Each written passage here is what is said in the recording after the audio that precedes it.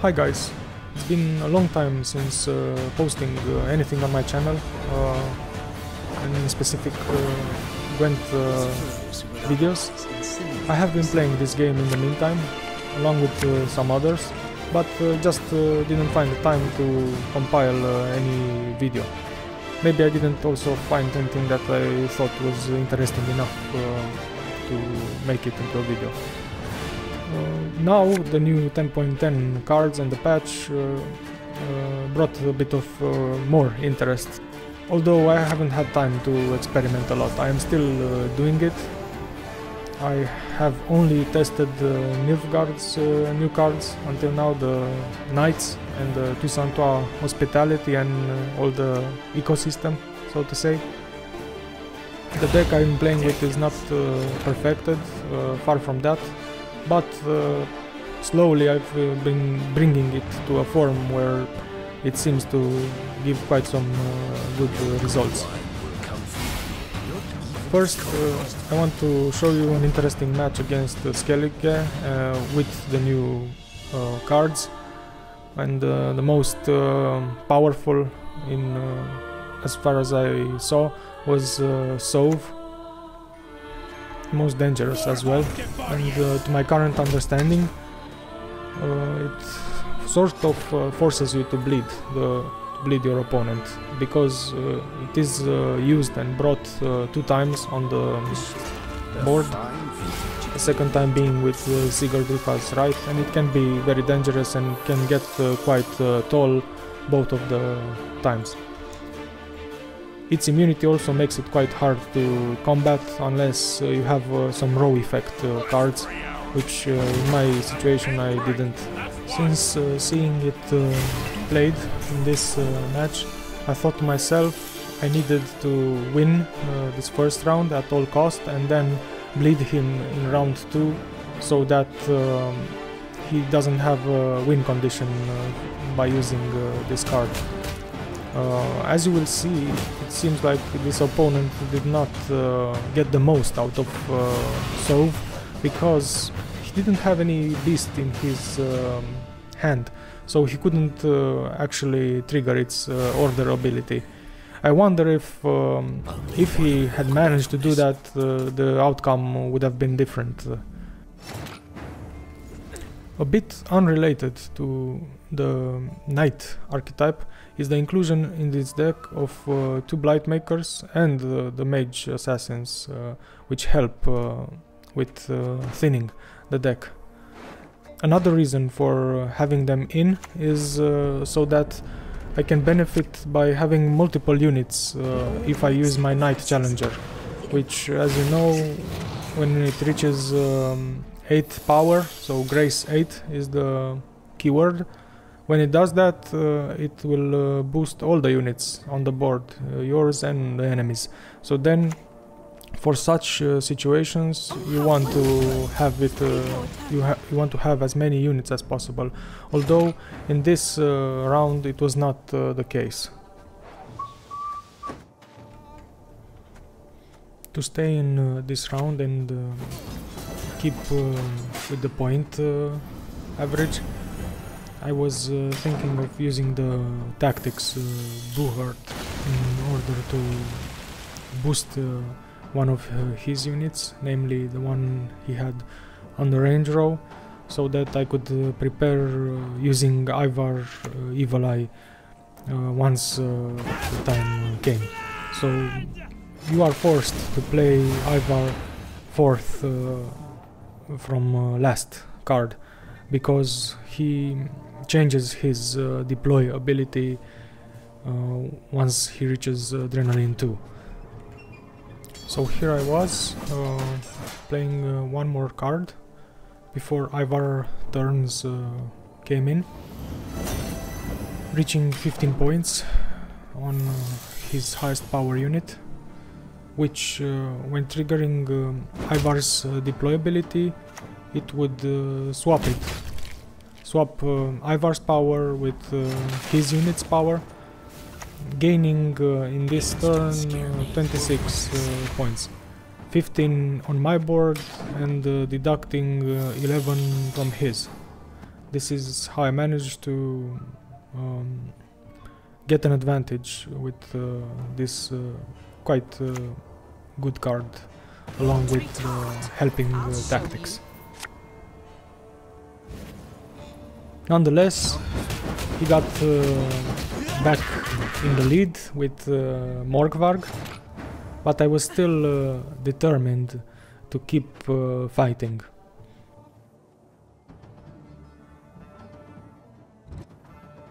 I took a bit of a risk by playing Roderick right now, because I have multiple gold cards in my deck, and once I saw these options I had to choose best out of them, and I was thinking, what if Morgvarg comes in handy later, especially if I manage to boost another of his units in a later round. Then I can use Morgvarg instead of resetting the unit's power. As you can see, he quickly passed, and it was enough once I took his card to secure win of the first round.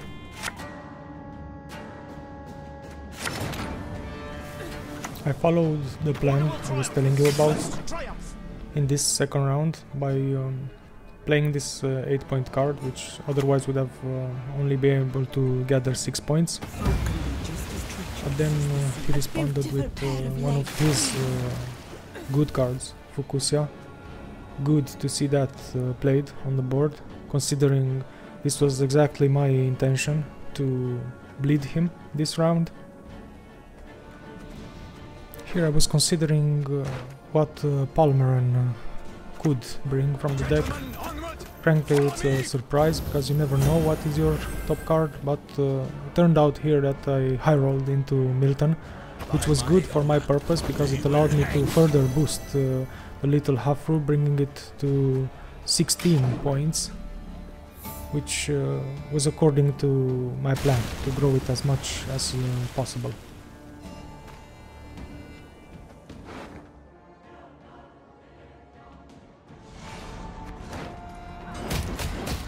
So he began using his leader ability, depleting it fully, which allowed Vigomazel to take my 6-point card, so it got him 12 point. Now I kept my plan to bleed, and also played my leader ability, growing his little Hafru, so that I would be able to get the most out of it. Guillaume helped me here boost both himself and the little Hafru with half of their combined power. So I managed to grow his little Hafru quite a lot. And my plan was to go until the end with this. Because now, having grown the little Hafru, I was in the position to take away 26 points, making good use, I would say, of the Karate Heatwave card. Even though usually you don't play it like this, but this is the new Nilfgaard Toussaintois hospitality and boosting Knights strategies, and the ways in which you are able to manipulate the game. So I had a 13-point lead, and leaving him with only 2 cards, but as you can see, I forced him to play Zigardrifa right and get his Sove out of the graveyard, which this was exactly my plan, and it turned out as I was expecting. Now into round 3, a short round.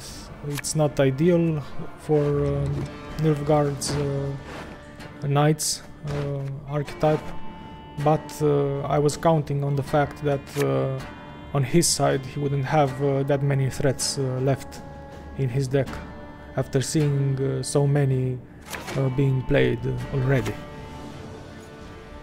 Thankfully I got this nice combination which you would usually want to play with in the first round in order to thin the deck and get other potential threats in your hand, but it worked quite well in this third round, bringing in some points.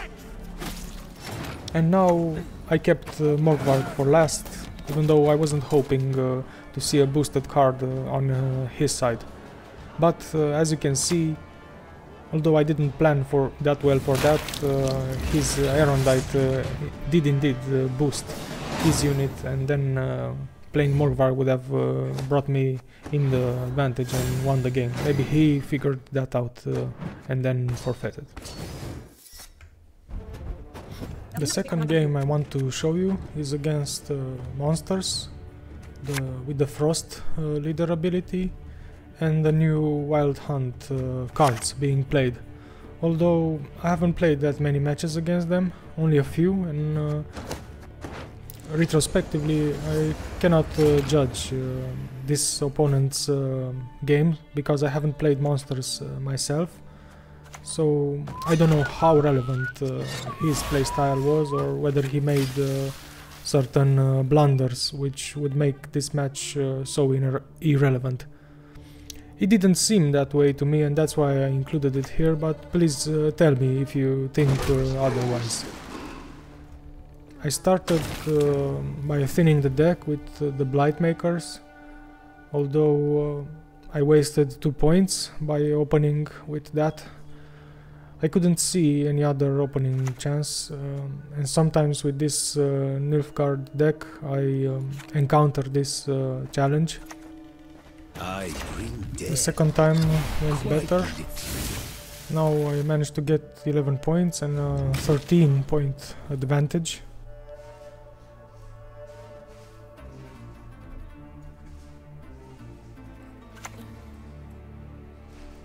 He didn't seem to have a good start himself, playing only a few cards which didn't brought any frost on my side of the board and neither too many points. So I started building up my strategy and boosting his card with the help of Milton.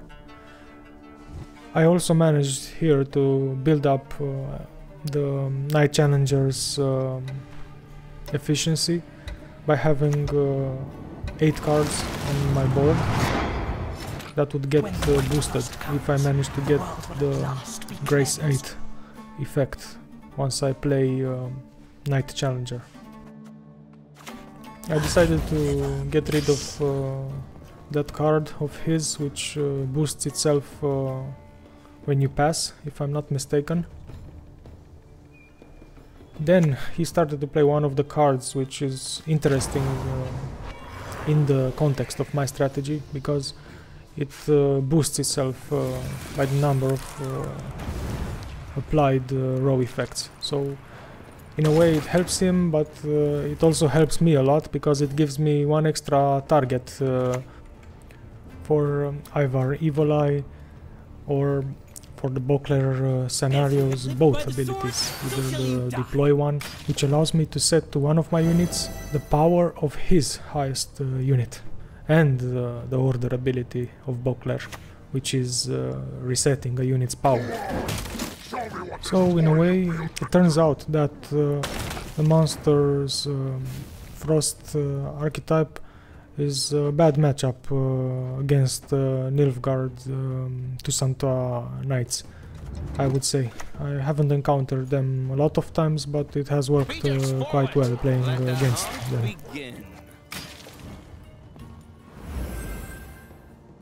So I needed one more turn on my side to get the advantage of the Knight Challenger, but I guess he also took note of that, and that's why he decided to purify.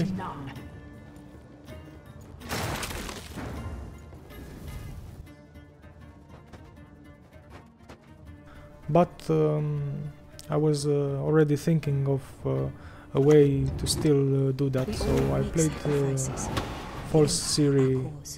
Actually, I did quite a mistake here, because I meant to take 5 points of his, but because I played her to the left of his 5-point unit, I couldn't do that anymore, so it was a misplay of mine, and I was still waiting for an opportunity to get the Knight Challenger to 8 points, so I didn't quit that. And now was the turn I waited to do that. So as you can see, I got a lot of points out of this play, and it prompted him to pass and pull out of the round with losing it.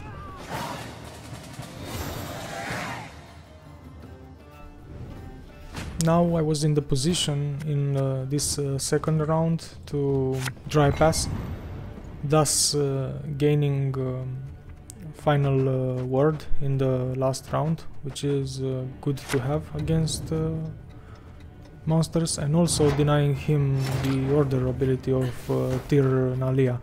So I passed immediately and forced him to get something out of his deck. He managed to thin his deck a bit, but wasted 8 points in the process.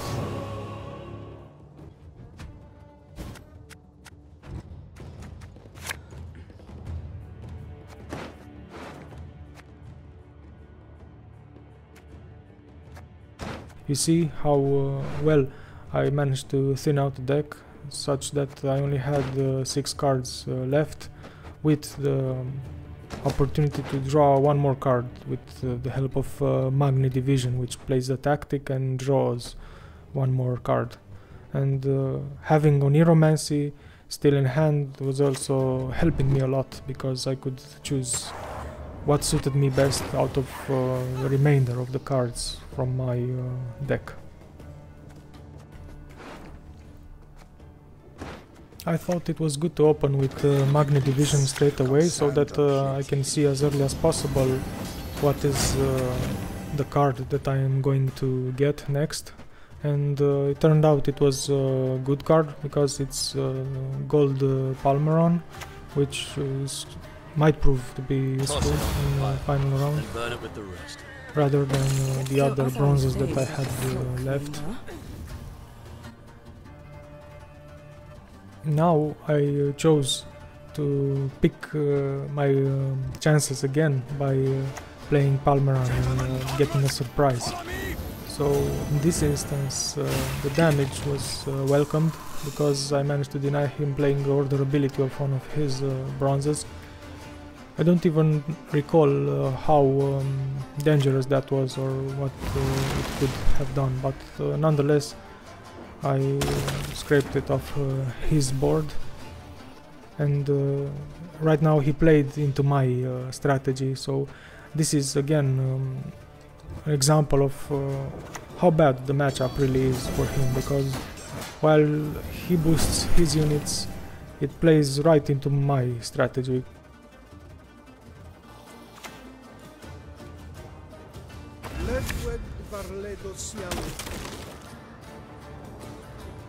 Oh, good night.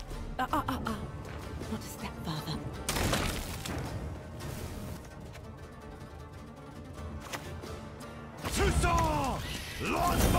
As you can see, I continually played cards which increased that Foglet's power, so that now, whilst I had only 4 cards left in hand, I could play Ivar Evil Eye to get the full benefit of the swap between a 27-point Foglet and his 4 points. Look now how the point balance changed along with this, and it was also a very good sign for me that he just wasted one of his destruction opportunities a card ago. So how many could he have left? So I was thinking to myself, if he has Karate Heatwave or something else, then maybe he could have done more damage, but